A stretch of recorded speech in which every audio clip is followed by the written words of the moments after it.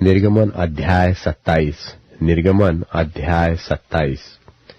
फिर वेदी को बबूल की लकड़ी की 5 हाथ लंबी और 5 हाथ चौड़ी बनवाना।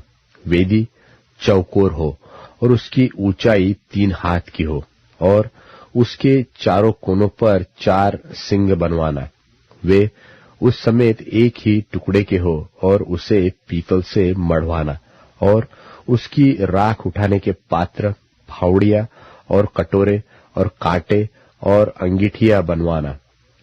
उसका कुल सामान पीतल का बनवाना और उसके पीतल की जाली एक झंझरी बनवाना और उसके चारों सिरों में पीतल के 4 कड़े लगवाना और उस झंझरी को वेदी के चारों ओर की कंगनी के नीचे ऐसे लगवाना कि वह वेदी की ऊंचाई के मध्य तक पहुंचे और वेदी के लिए बबूल की लकड़ी के डंडे बनवाना और उन्हें पीतल से मढ़वाना और डंडे कड़ों में डाले जाए कि जब जब वेदी उठाई जाए तब तब वे उसकी दोनों अलंगों पर रहे।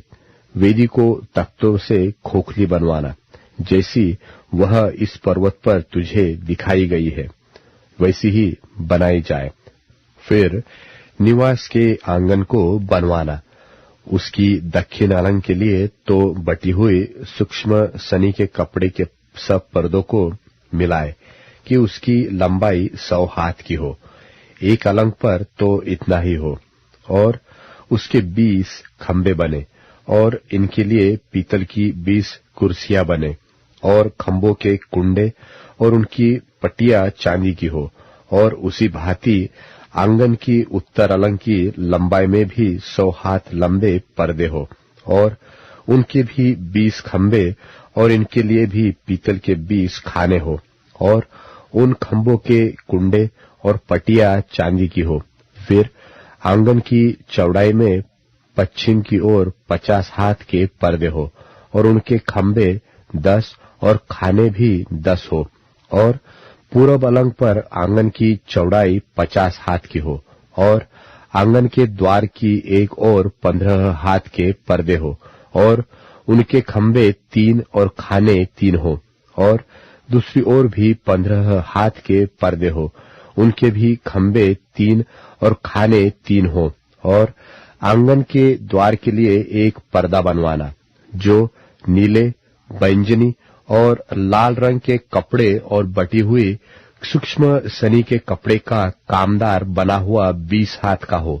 उसके खंबे 4 और खाने भी 4 हो।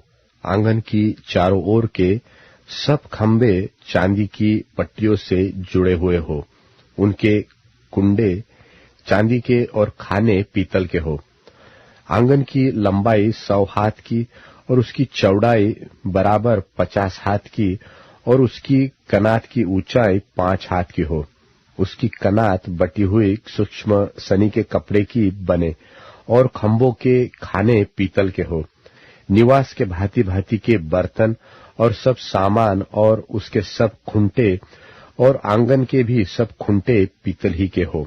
फिर तू इस्राएलियों को आज्ञा देना कि मेरे पास दीवट के लिए कूट के निकाला हुआ जलपाई का निर्मल तेल ले आना, जिससे दीपक नित्य जलता रहे।